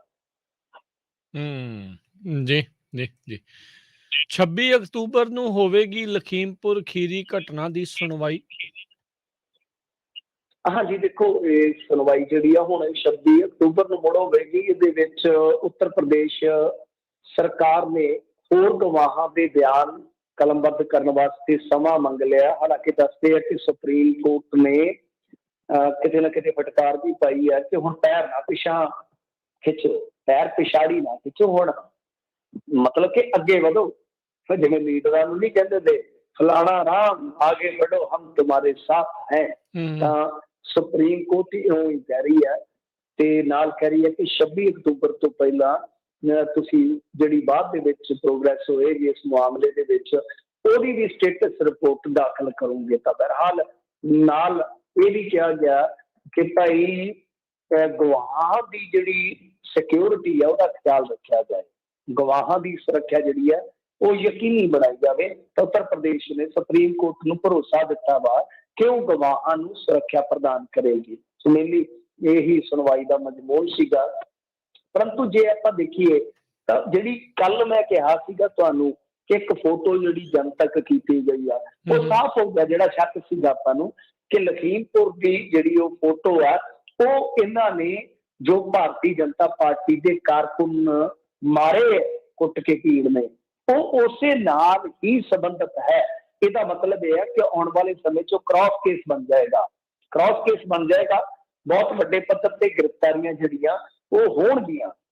ਉਸ ਕਹਿ ਲਓ ਕਿ ਸਿਚੁਏਸ਼ਨ ਦੇ ਵਿੱਚ ਜਦੋਂ ਇੱਥੇ ਕਿਸਾਨ ਅੰਦੋਲਨ ਦੇ ਵਿੱਚ ਹੁਣ ਇਸ ਟਾਈਮ ਖਾਸ ਤੌਰ ਤੇ ਪੰਜਾਬ ਦੇ ਪੱਖ ਨੂੰ ਲਈਏ ਆਪਾਂ ਜਾਂ ਸਿੱਖਾਂ ਦੇ ਪੱਖ ਨੂੰ ਲਈਏ ਕਿ ਇੱਥੇ ਤੇ ਆਪਸ ਦੇ ਵਿੱਚ ਇੱਕ ਬਹੁਤ ਵੱਡੀ ਉਲਝਣ ਖੜੀ ਹੋ ਗਈ ਆ। ਜੇ ਉਧਰ ਗ੍ਰਿਫਤਾਰੀਆਂ ਹੁੰਦੀਆਂ ਨੇ ਤਾਂ ਇਹਨਾਂ ਦਾ ਕੀ ਰਿਐਕਸ਼ਨ ਹੋਏਗਾ। ਔਰ ਮੈਂ ਕੱਲ ਵੀ ਕਿਹਾ ਸੀਗਾ, ਅੱਜ ਵੀ ਕਹਿੰਦਾ ਕਿ ਹੁਣ ਕਿਸਾਨ ਆਗੂਆਂ ਵਾਸਤੇ ਇਕੱਲਾ ਇਹੀ ਨਹੀਂ, ਇੱਕ ਇਹ ਵੀ ਪੱਖ ਵਿਚਾਰਨਾ ਪਵੇਗਾ ਕਿਉਂਕਿ ਉਹਨਾਂ ਨੇ ਹਿੰਸਾ ਤੋਂ ਆਪਣੇ ਆਪ ਨੂੰ ਲਹਿਦਾ ਕੀਤਾ ਕਿ ਕਾਨੂੰਨ ਹੱਥ 'ਚ ਕੋਈ ਵੀ ਲਵੇ ਅਸੀਂ ਉਹਦੇ ਨਾਲ ਨਹੀਂ ਖਲੋਵਾਂਗੇ। ਤਾਂ ਉਹਨਾਂ ਨੇ ਇਹ ਗੱਲਾਂ ਜਿਹੜੀਆਂ ਨੇ ਉਹ ਇਸ ਮੌਕੇ ਤੇ ਤਾਂ ਹੀ ਕੀਤੀਆਂ। ਇਹਨਾਂ ਨੇ ਕਿਹਾ ਵੀ ਸੀਗਾ ਕਿ ਲਖੀਮਪੁਰ ਵਾਲੀ ਘਟਨਾ ਤੋਂ ਖਹਿੜਾ ਛਡਾਉਣ ਲਈ ਜਾਂ ਉਹਨੂੰ ਕਹਿ ਲਓ ਕਿ ਸਮੇਟਣ ਵਾਸਤੇ ਇਹਨਾਂ ਨੇ ਸਾਰਾ ਕੁਝ ਕੀਤਾ ਹੈ। ਤਾਂ ਹੁਣ ਇਹ ਵੀ ਨਹੀਂ ਕਹਿ ਸਕਦੇ ਕਿ ਜੀ ਭਾਰਤੀ ਜਨਤਾ ਪਾਰਟੀ ਦੇ ਜਿਹੜੇ ਕਾਰਕੁਨ ਮਰ ਗਏ ਆ ਉਹ ਠੀਕ ਕੀਤਾ ਭੀੜ ਨੇ। ਇਹ ਵੀ ਇਹਨਾਂ ਨੂੰ ਕਹਿਣਾ ਬਹੁਤ ਔਖਾ ਹੋਏਗਾ। ਸੋ ਸਾਰੀਆਂ ਚੀਜ਼ਾਂ ਜੇ ਦੇਖੀਏ ਆਪਾਂ ਸਾਰੇ ਪੱਖਾਂ ਤੋਂ ਦੇਖੇ ਤਾਂ ਪੋਜੀਸ਼ਨ ਕਿਸਾਨ ਆਗੂਆਂ ਦੀ ਵੀ ਕੋਈ ਕਹਿ ਲਓ ਕਿ ਬਹੁਤੀ ਸੌਖੀ ਨਹੀਂ, ਖਾਸ ਤੌਰ ਤੇ ਜਿਹੜੇ ਪੰਜਾਬ ਦੇ ਵਿੱਚੋਂ ਗੈਰ ਲੀਡਰ ਲੀਡ ਕਰ ਰਹੇ ਨੇ ਇਸ ਟਾਈਮ। ਜੀ ਜੀ ਜੀ। ਵਿਧਾਇਕ ਨੂੰ ਕਹਿੰਦੇ ਸਵਾਲ ਪੁੱਛਣਾ ਪਿਆ ਮਹਿੰਗਾ, ਮੁੰਡੇ ਦਾ ਕਟਾਪਾ। ਹਾਂਜੀ ਹਾਂਜੀ ਹਾਂਜੀ, ਵਿਧਾਇਕ ਨੂੰ ਸਵਾਲ ਪੁੱਛਣਾ ਪਿਆ ਤੇ ਬਿਲਕੁਲ ਮੈਂ ਤੇ ਕਹੂੰਗਾ ਕਿ ਜੇ ਸਵਾਲ ਪੁੱਛਣਾ ਤੇ ਹੈਲਮਟ ਪਾ ਲਿਆ ਕਰੋ ਭਾਈ, ਹੈਲਮਟ ਪਾ ਲਿਆ ਕਰੋ। ਅੱਜ ਜਿਵੇਂ ਆਪਾਂ ਪਾਉਂਦੇ ਨਹੀਂ ਹੁੰਦੇ ਮੋਟਰਸਾਈਕਲ ਤੇ ਜਾਣ ਲੱਗਿਆ ਨੋ ਟੋਪ ਜਿਹਾ ਹੁੰਦਾ, ਜਿਵੇਂ ਚੰਡੀਗੜ੍ਹ ਦੇ ਵਿੱਚ ਤੇ ਆਪਾਂ ਕਦੇ ਵਿਸਾਰ ਨਹੀਂ ਦੇਖਾਂਦੇ, ਤੇ ਉਹ ਲੋ ਟੋਪ ਜਿਹਾ ਰੱਖਿਆ ਕਰੋ, ਉਹ ਪਾ ਕੇ ਚੱਲ ਜਾ ਕਰੋ ਕਿ ਕਿਤੇ ਚਪੇੜ ਕੋਈ ਮਾਰੇ, ਕੋਈ ਘਸੁੰਨ ਮਾਰੇ ਸਿਰ ਦੇ ਵਿੱਚ, ਕੋਈ ਪੁਰਪੜੀ ਚ ਡਾਂਗ ਹੀ ਕੱਢ ਮਾਰਦਾ, ਕਿਸੇ ਦਾ ਮਾਰਿਆ, ਕੋਈ ਹੱਦ ਥੋੜੀ ਹੁੰਦੀ ਹੈ ਨਾ ਜਨੂਨੀਆਂ ਦੀ। ਸੋ ਇਹ ਧਾਰਮਿਕ ਲੋਕਾਂ ਨੂੰ ਨਿੰਦਦੇ ਆ, ਜਿਹੜੇ ਕਾਮਰੇਡ ਆ ਧਾਰਮਿਕ ਲੋਕਾਂ ਨੂੰ ਨਿੰਦਦੇ ਆ ਕਿ ਧਾਰਮਿਕ ਬੜੇ ਕੱਟੜ ਹੁੰਦੇ ਆ ਜੀ, ਜਨੂਨੀ ਹੁੰਦੇ ਆ। ਮੈਂ ਕਹਿੰਦਾ ਸਭ ਤੋਂ ਖਤਰਨਾਕ ਇਨਸਾਨ ਹੈ ਜਿਹੜਾ ਰਾਜਨੀਤਿਕ ਭਗਤ ਆ, ਸਭ ਤੋਂ ਜ਼ਾਲਮ ਬੰਦਾ ਉਹ। ਕਿਉਂ? ਕਿਉਂਕਿ ਉਹ ਤੇ ਆਪਣੇ ਪੁੱਤਰਾਂ ਦਾ ਵੀ ਨਹੀਂ ਵਰਦਾ। ਤੁਸੀਂ ਹੁਣ ਦੇਖੋਗੇ ਜੇ ਕੋਈ ਸਵਾਲ ਕਰ ਰਿਹਾ ਹੈ ਕਿਸੇ ਹਾਕਮ ਤੋਂ, ਕਿਸੇ MLA ਤੋਂ, ਉਹ ਕਾਹਦੇ ਵਾਸਤੇ ਕਰ ਰਿਹਾ? ਮੈਂ ਸਵਾਲ ਪੁੱਛਾਂ ਕਿ ਯਾਰ ਮੇਰੇ ਪਿੰਡ 'ਚ ਤੁਸੀਂ ਕੀ ਦਿੱਤਾ MLA ਸਾਹਿਬ, ਤੇ ਮੇਰੇ ਪਿੰਡ ਦੇ ਹੀ ਉੱਠ ਕੇ ਉਸ MLA ਦੇ 15-20 ਚਮਚੇ ਦੇ ਘਸੁੰਨ ਤੇ ਘਸੁੰਨ ਮੈਨੂੰ ਕਰ ਦੇਣ ਉੱਥੇ ਗੁੱਛੀ, ਤੇ ਦੱਸੋ ਉਹਦੇ 'ਚ ਕੌਣ ਗੁਨੇਗਾਰ ਆ? ਕੌਣ ਗੁਨੇਗਾਰ ਆ? ਖੁਦ ਗੁਨੇਗਾਰ ਨੇ, ਔਰ ਉਹ ਆਪਣੀਆਂ ਪੀੜ੍ਹੀਆਂ ਦੇ ਵੀ ਗੁਨੇਗਾਰ ਨੇ, ਔਰ ਸਭ ਤੋਂ ਖਤਰਨਾਕ ਜ਼ਾਲਮ ਨੇ ਉਹ। ਕਿਉਂ? ਕਿਉਂਕਿ ਆਪਣੀਆਂ ਹੀ ਪੀੜ੍ਹੀਆਂ ਦਾ ਨੁਕਸਾਨ ਕਰ ਰਿਹਾ ਕਿ ਜਿਹੜਾ ਬੰਦਾ ਉਹਨਾਂ ਦੀਆਂ ਪੀੜ੍ਹੀਆਂ ਲਈ ਸਵਾਲ ਕਰ ਰਿਹਾ ਜਾਂ ਮੌਜੂਦਾ ਸਮੇਂ 'ਚ ਜੋ ਪੀੜ੍ਹੀ ਆ ਉਹਦੇ ਲਈ ਸਵਾਲ ਕਰ ਰਿਹਾ, ਤੇ ਉਹਨਾਂ ਦੇ ਵੀ ਦੁਸ਼ਮਣ ਹੈ। ਸੋ ਇਹ ਬਹੁਤ ਖਤਰਨਾਕ ਵੈਰਾਈਟੀ ਹੁੰਦੀ ਆ ਬਚੇ ਹੋਏ ਇਹਨਾਂ ਤੋਂ। ਪਰ ਸਵਾਲ ਮਰਨੇ ਨਹੀਂ ਚਾਹੀਦੇ। ਇਹ ਘਟਨਾ ਹੈਗੀ ਆ ਪਠਾਨਕੋਟ ਦਾ ਹੈਗਾ MLA ਜੋਗਿੰਦਰਪਾਲ ਆ, ਬੜਾ ਵਾਹਿਯਾਤ ਕਿਸਮ ਦਾ ਆਦਮੀ ਆ, ਲੀਡਰਾਂ ਵਾਲੀ ਕੋਈ ਕੁਆਲਿਟੀ ਨਹੀਂ। ਇੱਕ ਤੇ ਮੇਰੇ ਵਾਂਗੂ ਦੀ ਆਵਾਜ਼ ਉਹੋ ਜਿਹੀ ਆ, ਇੱਕ ਉਹ ਇਹੋ ਜਿਹੇ ਸ਼ਬਦ ਬੋਲਦਾ। ਉਹਦੇ ਵਿਵਾਦ ਰਹੇ ਹਮੇਸ਼ਾ, ਕਈ ਕਿਸਮ ਦੇ ਉਹਦੇ ਵਿਵਾਦ ਹਾਲੇ ਵੀ ਚੱਲਦੇ ਆ। ਕਦੇ ਸਿੱਧੂ ਦੀ ਕੁੱਛੜ ਬਹਿ ਗਿਆ, ਕਦੇ ਉਹਦੀ ਬਹਿ ਗਿਆ। ਉਹ ਨਿਕੰਮਾ ਆਦਮੀ ਹੈ, ਮੈਂ ਕੁੱਲ ਮਿਲਾ ਕੇ ਕਵਾਂ, ਕੋਈ ਲੀਡਰਾਂ ਵਾਲਾ ਗੋਲ ਨਹੀਂ ਹੈਗਾ। ਪਰ ਅਸੀਂ ਦੇਖਦੇ ਹਾਂ ਨਿਕੰਮਿਆਂ ਦੀ ਜੜ੍ਹ ਤੇ, ਇੱਥੇ ਖਤਰਿਆਂ ਦੀ ਜੜ੍ਹ ਤੇ। ਉਹ ਮੁੰਡਾ ਕੋਈ ਸਵਾਲ ਪੁੱਛ ਰਿਹਾ ਸੀ, ਨੇੜੇ ਆਉਰਾ ਆ ਜਾ ਕਾਕਾ ਦੇ ਲੱਥਾ। ਇੰਨੇ ਨੂੰ ਜਿਹੜੇ ਨਾਲ ਸੀਗੇ ਗਨਮੈਨ ਤੇ ਜਿਹੜੇ ਸਪੋਰਟਰ ਸੀ, ਉਹਨਾਂ ਨੇ ਪਤਾ ਨਹੀਂ ਕਿੰਨਾ ਕੁ ਕੁੱਟਿਆ ਵਿਚਾਰੇ ਨੇ। ਹੋ ਸਕਦਾ, ਦੇਖੋ ਮੈਂ ਪੂਰੀ ਉਹ ਵੀਡੀਓ ਦੀ ਕੁੱਟਮਾਰ ਹੀ ਦੇਖੀ ਆ, ਹੋ ਸਕਦਾ ਆ, ਸੁਣਿਆ ਨਹੀਂ ਮੈਂ ਕੀ ਵਰਡਿੰਗ ਬੋਲਿਆ, ਹੋ ਸਕਦਾ ਮੁੰਡੇ ਨੇ ਕੋਈ ਗਲਤ ਲਹਿਜਾ ਵਰਤ ਲਿਆ ਹੋਵੇ, ਤੂੰ ਤੜਾਕ ਕਹਿ ਕੇ ਕੋਈ ਸਵਾਲ ਜਵਾਬ ਕਰ ਲਿਆ ਹੋਵੇ, ਤੇ ਉੱਥੇ ਵੀ ਕੋਈ ਇਹ ਥੋੜੀ ਬਣਦਾ। ਹੁਣ ਜੇ ਅਸੀਂ ਕਹਿੰਦੇ ਆ ਕਿ ਨਿਹੰਗ ਸਿੰਘ ਐ ਨਾ ਕਰਨ, ਤੇ ਕੀ ਅਸੀਂ ਕਹਿ ਦਈਏ ਕਿ ਇਹ MLA ਜੇ ਮੰਨ ਲਓ ਇਹਨੂੰ ਕੋਈ ਕਿਸੇ ਨੇ ਤੂੰ ਤੜਾਕ ਕਰ ਦਿੱਤਾ ਤੇ ਇਹ ਚੁੱਕ ਕੇ ਛਿੱਤਰੀ ਡਹਿ ਪਵੇ ਕਿਸੇ ਨੂੰ? ਜੇ ਕੋਈ ਕੱਲ ਨੂੰ ਬਜ਼ੁਰਗ ਚਿੱਟੀ ਦਾੜੀ ਵਾਲਾ ਉਹ ਸਵਾਲ ਪੁੱਛ ਲਵੇ ਤੇ ਕੀ ਤੁਸੀਂ ਉਹਦੀ ਦਾੜੀ ਫੜ ਕੇ ਉਹਨੂੰ ਕੁੱਟਣ ਦਾ ਕਹੋਗੇ? ਸ਼ਰਮ ਆਉਣੀ ਚਾਹੀਦੀ ਹੈ ਜਿਹੜੇ ਉਹਦੇ ਨਾਲ ਖੜੇ ਸੀਗੇ। ਮੈਂ ਤਾਂ ਕਹਿੰਦਾ ਕਿ ਪਰਚਾ ਹੋਣਾ ਚਾਹੀਦਾ। ਹਾਲਾਂਕਿ ਇਹਦੀ ਨਿਖੇਧੀ ਕੀਤੀ ਹੈ ਖੁਦ ਸੁਖਜਿੰਦਰ ਸਿੰਘ ਰੰਧਾਵਾ ਨੇ, ਉਹਨੇ ਕਿਹਾ ਬੜੀ ਘਟੀਆ ਕਰਤੂਤ ਕੀਤੀ ਜੇ, ਬਹੁਤ ਘਟੀਆ ਕੰਮ ਆ। ਸੋ ਗੱਲ ਇਹ ਆ ਕਿ ਮੰਨ ਲਓ ਜੇ ਤੂੰ ਤੜਾਕ ਕੋਈ ਕਰਦਾ, ਤੁਸੀਂ ਦੇਖਿਆ ਹੋਣਾ ਕਈ ਵਾਰ ਆਪਣਾ ਬੱਚਾ ਬਾਹਰੋਂ ਕੋਈ ਗੈਸਟ ਆਉਂਦਾ, ਮਾਫ ਕਰਨਾ ਹੁੰਦਾ ਹੈ ਇਹ, ਆਪਣਾ ਬੱਚਾ ਕਈ ਵਾਰ ਬਾਹਰੋਂ ਆਏ ਗੈਸਟ ਨੂੰ ਤੂੰ ਕਹਿ ਦਿੰਦਾ ਜਾਂ ਸਤਿ ਸ੍ਰੀ ਅਕਾਲ ਨਹੀਂ ਬੁਲਾਉਂਦਾ, ਤੇ ਕੀ ਆਪਾਂ ਨਿੰਮ ਦਾ ਘੋਟ ਨਾ ਲੈ ਕੇ ਉਹਦੇ ਘੋਟਾ ਲਾਉਣ ਲੱਗ ਜਾਂਦੇ ਪਤਾ ਤੇ। ਆਪਾਂ ਉਹਨੂੰ ਸਮਝਾਉਂਦੇ ਆ ਨਾ ਕਿ ਬੱਚੇ ਨਹੀਂ, ਤੂੰ ਨਹੀਂ ਤੁਸੀਂ ਕਹਿਣਾ ਆ, ਜਦ ਵੀ ਆਉਣਾ ਫਤਿਹ ਬੁਲਾਉਣੀ ਆ, ਸਤਿ ਸ੍ਰੀ ਅਕਾਲ ਕਹਿਣਾ ਆ, ਆਪਾਂ ਇਹੀ ਕਹਿੰਦੇ ਆ ਨਾ। ਇਹ ਥੋੜੀ ਹੈ ਕਿ ਅਸੀਂ ਆਪਣੇ ਜਵਾਕ ਦੀ ਧੌਣ ਗੋਡੇ ਤੇ ਥੱਲੇ ਰੱਖ ਲੈਂਦੇ ਆ ਕਿ ਜਦ ਤੱਕ ਤੂੰ ਹੁਣ ਚੀਕਾਂ ਨਹੀਂ ਮਾਰੇਗਾ ਤੈਨੂੰ ਛੱਡਣਾ ਨਹੀਂ। ਐਸਾ ਨਹੀਂ ਹੁੰਦਾ। ਅਸੀਂ ਵੱਡੇ ਹੁੰਦੇ ਆ, ਜਵਾਕ ਮਾਸੂਮ ਹੁੰਦਾ, ਤਾਂ ਇਸੇ ਤਰ੍ਹਾਂ ਲੀਡਰ ਪਰਪੱਕ ਹੁੰਦਾ। ਉਹਦੀ ਕਹਿ ਲਓ ਕਿ ਜੋ ਵੀ ਉਹਦੀ ਪ੍ਰਜਾ, ਕਹਿ ਲਓ ਵੈਸੇ ਸ਼ਬਦ ਇਸਤੇਮਾਲ ਨਹੀਂ ਕਰਨਾ ਚਾਹੀਦਾ, ਜੋ ਉਹਦੀ ਜਨਤਾ ਜਨਾਰਦਨ, ਉਹ ਉਹਦਾ ਬੱਚਾ। ਕਿ ਜੇ ਕੋਈ ਜਨਤਾ ਦਾ ਵੀ ਕੋਈ ਬੰਦਾ ਆ ਕੇ, ਨੁਮਾਇੰਦਾ ਆ ਕੇ ਕੋਈ ਤੂੰ ਤੜਾਕ ਵੀ ਕਰ ਲੈਂਦਾ, ਤਾਂ ਲੀਡਰ ਦਾ ਫਰਜ਼ ਹੈ ਕਿ ਕਾਕਾ ਤੇਰੇ ਸਵਾਲ ਦਾ ਜਵਾਬ ਮੈਂ ਬਾਅਦ ਚ ਦਊਂਗਾ, ਪਹਿਲਾਂ ਤੂੰ ਸਵਾਲ ਦੀ ਲਿਆਕਤ ਸਮਝ ਲਾ ਕਿ ਸਵਾਲ ਦੀ ਲਿਆਕਤ ਕੀ ਹੁੰਦੀ ਹੈ। ਤਾਂ ਬੰਦਾ ਸਗੋਂ ਨਿਮਰ ਹੋ ਜਾਏਗਾ। ਕਿਆ ਲੀਡਰ ਜੀ ਦੱਸੋ, ਤਾਂ ਮੈਨੂੰ ਸਮਝਾਓ। ਤਾਂ ਜੇ ਤੁਸੀਂ ਸਮਝਾਓਗੇ ਤਾਂ ਤੁਹਾਡਾ ਜਿਹੜਾ ਇੰਪੈਕਟ ਹੈ ਨਾ ਜਨਤਾ ਦੇ ਵਿੱਚ ਉਸੇ ਟਾਈਮ ਹੀ ਵੱਧ ਜਾਏਗਾ ਕਿ ਵਾਹ ਕਿਆ ਲੀਡਰ ਹੈਗਾ, ਕਿਆ ਲੀਡਰ ਹੈ। ਸੋ ਲੀਡਰ ਇਹੋ ਜਿਹਾ ਹੋਣਾ ਚਾਹੀਦਾ, ਇਹੋ ਜਿਹਾ ਨਹੀਂ ਹੋਣਾ ਚਾਹੀਦਾ ਕਿ ਛਤਰੀ ਡੈਕ ਹੋਵੇ। ਮੈਂ ਤਾਂ ਕਹਿੰਦਾ ਸ਼ਿਕਾਇਤ ਕਰਨੀ ਚਾਹੀਦੀ ਹੈ ਨੌਜਵਾਨ ਨੂੰ, ਪਰਚਾ ਦਿਵਾਉਣਾ ਚਾਹੀਦਾ ਉਹਦੇ। ਜੀ ਜੀ। ਖਰਾਬ ਬੀਜ ਦੇ ਉੱਤੇ ਕਿਸਾਨ ਹੋਵੇਗਾ ਮੁਆਵਜ਼ੇ ਦਾ ਹੱਕਦਾਰ? ਹਾਂਜੀ, ਦੇਖੋ ਇਹ ਆ ਕਿ ਜਿਵੇਂ ਹੁਣ ਆਪਾਂ ਫਸਲਾਂ ਬੀਜਦੇ ਆ, ਮੱਕਾ ਬੀਜਦੇ ਆ, ਨਰਮਾ ਬੀਜਦੇ ਆ, ਨਰਮਾ ਖਰਾਬ ਹੋਇਆ ਨਾ, ਆਪਾਂ ਗੁਲਾਬੀ ਸੁੰਡੀ ਦੀ ਗੱਲ ਕਰਦੇ ਆ। ਇਹ ਸੁੰਡੀ ਬੜੀ ਭਿਆਨਕ ਚੀਜ਼ ਹੈ। ਪਹਿਲਾਂ ਨਿੱਕੇ ਨਿੱਕੇ ਅਸੀਂ ਹੁੰਦੇ ਸੀ, ਅਮਰੀਕਨ ਸੁੰਡੀ, ਉਹਨੇ ਸਾਡਾ ਇਲਾਕਾ ਤਬਾਹ ਕਰ ਦਿੱਤਾ। ਐਸੀ ਤਬਾਹੀ ਮਚਾਈ ਕਿ 50-50 ਕਿੱਲਿਆਂ ਵਾਲੇ ਗੁਜ਼ਾਰਾ ਪਤਾ ਕਿਸ ਤਰ੍ਹਾਂ ਕਰਦੇ ਸਨ। ਟਰੈਕਟਰ ਲੈ ਲਿਆ ਬੈਂਕ ਚੋਂ ਪੈਲੀ ਦੇ ਨੰਬਰ ਦੇ ਕੇ, ਟਰੈਕਟਰ ਵੇਚ ਦਿੱਤਾ, 2 ਸਾਲ ਰੋਟੀ ਖਾ ਲਈ। ਫੇਰ ਟਰੈਕਟਰ ਲੈ ਲਿਆ 4 ਕਿੱਲਿਆਂ ਦੇ, ਟਰੈਕਟਰ ਲੈ ਕੇ ਵੇਚ ਦਿੱਤਾ, ਕੁੜੀ ਵਿਆਹ ਲਈ। ਉਧਰੋਂ ਸੇਮ ਸਾਡੇ ਪਿੰਡਾਂ 'ਚ ਬੜੀਆਂ ਖੁੱਲੀਆਂ ਜ਼ਮੀਨਾਂ ਨੇ ਲੋਕਾਂ ਕੋਲ, ਕਈ ਘਰ ਤੁਹਾਨੂੰ ਮਿਲ ਜਾਣਗੇ ਦਰਜਨ ਜਾਂ 1.5 ਦਰਜਨ, 2 ਦਰਜਨ ਇੱਕ ਪਿੰਡ ਦੇ ਵਿੱਚ, ਜਿਨ੍ਹਾਂ ਦੇ ਕੋਲ ਜ਼ਮੀਨ 50 ਕਿੱਲਾ, 100 ਕਿੱਲਾ, 150 ਕਿੱਲਾ ਦੀ ਹੋਵੇ। ਇਸ ਤਰ੍ਹਾਂ ਖੁੱਲੀਆਂ ਢੇਰੀਆਂ ਨੇ, 20-25 ਕਿੱਲੇ ਜ਼ਮੀਨ ਸਾਡੇ ਆਮ ਘਰਾਂ ਕੋਲ ਹੁੰਦੀ ਹੈ। ਪਰ ਉਸ ਟਾਈਮ ਸਾਰੇ ਇੱਕੋ ਜਿਹੇ ਹੀ ਹੋ ਗਏ, ਇੱਕੋ ਜਿਹੇ। ਮੇਰਾ ਦੋਸਤ ਸੀ, ਉਹਨਾਂ ਦੇ ਕੋਲ 60-65 ਕਿੱਲੇ ਜ਼ਮੀਨ ਸੀ, ਤੇ ਉਹ ਹਿਸਾਬ ਲਾ ਲਓ ਕਿ ਸੜਕ ਤੇ ਆ ਗਏ। ਕਈ ਵਾਰ ਰਿਸ਼ਤੇਦਾਰਾਂ, ਕਿਉਂਕਿ ਸਾਰੀ ਜ਼ਮੀਨ ਹੀ ਸੇਮ 'ਚ ਆ ਗਈ ਸੀ, ਤੇ ਰਿਸ਼ਤੇਦਾਰਾਂ ਕੋਲੋਂ ਲੈ ਕੇ ਆਉਂਦੇ ਹੁੰਦੇ ਸਨ ਖਾਣ ਪੀਣ ਜੋਗੇ ਦਾਣੇ। ਸੋ ਇਹੋ ਜਿਹੀ ਸਿਚੁਏਸ਼ਨ ਅਸੀਂ ਦੇਖੀ ਆਪਣੇ ਇਲਾਕੇ 'ਚ। ਤਾਂ ਉਹ ਅਮਰੀਕਨ ਸੁੰਡੀ ਨੇ ਵੀ ਬੜੀ ਤਬਾਹੀ ਮਚਾਈ ਸੀ, ਕਿਉਂਕਿ ਸਾਡੇ ਤੇ ਚੇਤਾ ਹੀ ਨਹੀਂ ਸੀ। ਦੇਸੀ ਬੀਜ ਹੁੰਦੇ ਸਨ, ਝੋੜਾ ਵਾਲਾ ਬੀਜ ਹੈ ਜੀ, ਫਲਾਣਾ ਆ, ਤੇ ਉਹ ਬੜੇ ਵੱਡੇ ਵੱਡੇ ਨਰਮੇ ਹੁੰਦੇ ਸੀ, ਤੇ ਬੱਲੇ ਬੱਲੇ ਸੀ ਲੋਕ ਇੱਥੋਂ ਦੇ, ਤੇ ਉਹਨਾਂ ਨੂੰ ਕਹਿ ਲਈਏ ਕਿ ਜਿਵੇਂ ਆਪਾਂ ਕਹਿ ਲਈਏ ਕਿ ਸਰਦਾਰ ਸੀਗੇ। ਅੱਛਾ, ਫੇਰ ਗੁਲਾਬੀ ਸੁੰਡੀ ਤੋਂ ਬਾਅਦ ਆ ਚਿੱਟੀ ਸੁੰਡੀ ਆ ਗਈ ਆ, ਗੁਲਾਬੀ ਸੁੰਡੀ ਆ ਗਈ ਆ, ਪਤਾ ਨਹੀਂ ਕੱਲ ਨੂੰ ਨੀਲੀ ਆ ਜਾਣੀ ਆ, ਪੀਲੀ ਆ ਜਾਣੀ, ਸਭ ਤੋਂ ਪਰੇ ਦੀ ਗੱਲ ਆ। ਕੁਛ ਚੀਜ਼ਾਂ ਦੇ ਵਿੱਚ ਬੀਜ ਤੇ ਸ਼ੱਕ ਪ੍ਰਗਟਾਇਆ ਜਾਂਦਾ, ਜਿਵੇਂ ਸਰਦੂਲਗੜ੍ਹ ਏਰੀਏ 'ਚ ਜਾਂ ਤਲਵੰਡੀ ਏਰੀਏ 'ਚ ਜਿਸ ਤਰ੍ਹਾਂ ਦੀ ਬਰਬਾਦੀ ਹੋਈ ਆ, ਉੱਥੇ ਬੀਜ ਦੇ ਵਿੱਚ ਵੀ ਕਿਤੇ ਨਾ ਕਿਤੇ ਕਹਿ ਲਓ ਕੋਈ ਨੁਕਸ ਕੱਢੇ ਜਾ ਸਕਦੇ ਆ। ਉਹ ਵੀ ਹੁਣ ਚਲੋ ਜਾਂਚ ਪੜਤਾਲ ਹੋਊਗੀ ਤਾਂ ਹੀ ਪਤਾ ਲੱਗੇਗਾ, ਉਹ ਵਿਗਿਆਨਕ ਤਰੀਕੇ ਦੀ ਇਹਨਾਂ ਦੀ ਜਾਂਚ ਹੁੰਦੀ ਆ। ਪਰ ਇੱਥੇ ਜਿਹੜਾ ਸਾਡਾ ਹੈਗਾ ਕੌਮੀ ਉਪਭੋਗਤਾ ਕਮਿਸ਼ਨ, ਕੌਮੀ ਉਪਭੋਗਤਾ ਮੀਨ ਆਪਾਂ ਜਿਹੜਾ ਗਾਹਕ ਕਹਿ ਲਈਏ, ਜਿਹੜਾ ਕੋਈ ਚੀਜ਼ ਲੈ ਕੇ ਉਹਦਾ ਉਪਭੋਗ ਕਰਦਾ ਵਾ, ਤਾਂ ਉਹਨੇ ਇੱਕ ਗੱਲ ਤੈਅ ਕਰ ਦਿੱਤੀ ਹੈ। ਇੱਕ ਖਾਸ ਕੇਸ ਦੇ ਵਿੱਚ ਸ਼੍ਰੀ ਰਾਮ ਬਾਇਓਸੀਡ ਵਾਲਿਆਂ ਨੂੰ ਇਹਨਾਂ ਨੇ ਪਾਇਆ ਮੁਆਵਜ਼ਾ। ਉਹਨਾਂ ਨੇ ਤੈਅ ਕਰ ਦਿੱਤਾ ਹੈ ਕਿ ਜੇ ਕਿਸੇ ਕਿਸਾਨ ਦੀ ਫਸਲ ਦਾ ਨੁਕਸਾਨ ਹੁੰਦਾ 20 ਕਰਕੇ, ਤਾਂ ਕੰਪਨੀ ਨੂੰ ਕੰਪਨਸੇਟ ਕਰਨਾ ਪਏਗਾ। ਹਰ ਹਾਲਤ ਦੇ ਵਿੱਚ ਕੰਪਨੀ ਜਵਾਬ ਦੇਵੇਗੀ।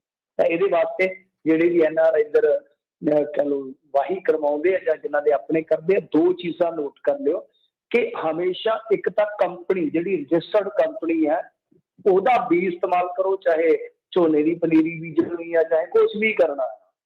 ਤੇ ਦੂਜੀ ਚੀਜ਼ ਇਹ ਆ ਕਿ ਜਿਹੜਾ ਬਿੱਲ ਆ ਉਹਦੇ 'ਚ ਕਦੇ ਕੁਤਾਹੀ ਨਾ ਕਰੋ। ਦੁਕਾਨਦਾਰ ਤੁਹਾਨੂੰ ਵਾਰ-ਵਾਰ ਕਹੂਗਾ ਆਹ ਲੈ ਜਾਓ ਜੀ, ਇਹਦਾ ਬਿੱਲ ਨਾ ਕਟਾਓ, ਇੰਨੀ GST ਬਚ ਜਾਣੀ ਹੈ, ਇੰਨਾ ਸਸਤਾ ਮਿਲ ਜਾਣਾ, ਜਾਂ ਤੁਹਾਨੂੰ ਗੁਜਰਾਤ 'ਚੋਂ ਮੰਗਾ ਦਿੰਦੇ, ਇੱਧਰੋਂ ਮੰਗਾ ਦਿੰਦੇ। ਨਾ ਨਾ ਨਾ, ਬਿੱਲ ਲੈ ਲਓ। ਜੇ ਬੀਜ 'ਚ ਕੋਈ ਨੁਕਸ ਆਉਂਦਾ ਤਾਂ ਤੁਸੀਂ ਇੱਕ ਤਰ੍ਹਾਂ ਨਾਲ ਕਹਿ ਲਓ ਕਿ ਦਾਅਵੇਦਾਰ ਹੋ ਇਹਨਾਂ ਕੰਪਨੀਆਂ ਤੋਂ ਮੁਆਵਜ਼ਾ ਲੈਣ ਦਾ, ਕਿਉਂਕਿ ਇਹ ਕੰਪਨੀਆਂ ਆਪਣੇ ਤੋਂ ਬਹੁਤ ਕੁਝ ਲੈ ਰਹੀਆਂ। ਜੀ ਜੀ ਜੀ। ਵਕੀਲ ਦੇ ਕਤਲ ਦੀ ਅਸਲ ਵਜ੍ਹਾ ਆਈ ਹੈ ਜੀ ਸਾਹਮਣੇ, ਹੈਰਾਨ ਹੋ ਗਈ ਸਾਰੀ ਦੁਨੀਆ। ਹਾਂਜੀ, ਬੜੀ ਮੇਰੇ ਲਈ ਤਾਂ ਇੱਕ ਤਰ੍ਹਾਂ ਨਾਲ ਕਹਿ ਲਓ ਕਿ ਹੁਣ ਚਲੋ ਮੈਂ ਫਿਲਮਾਂ ਵਾਲੀ ਲਾਈਨ 'ਚੋਂ ਦੂਰ ਆ ਗਿਆ। ਜੀ ਕਰਦਾ ਕਿ ਕਿਤੇ ਕੋਈ ਖੁੱਲਾ ਮੌਕਾ ਹੋਵੇ ਤੇ ਇਹੋ ਜਿਹੀ ਕਹਾਣੀ ਤੇ ਫਿਲਮ ਬਣਨੀ ਚਾਹੀਦੀ ਹੈ।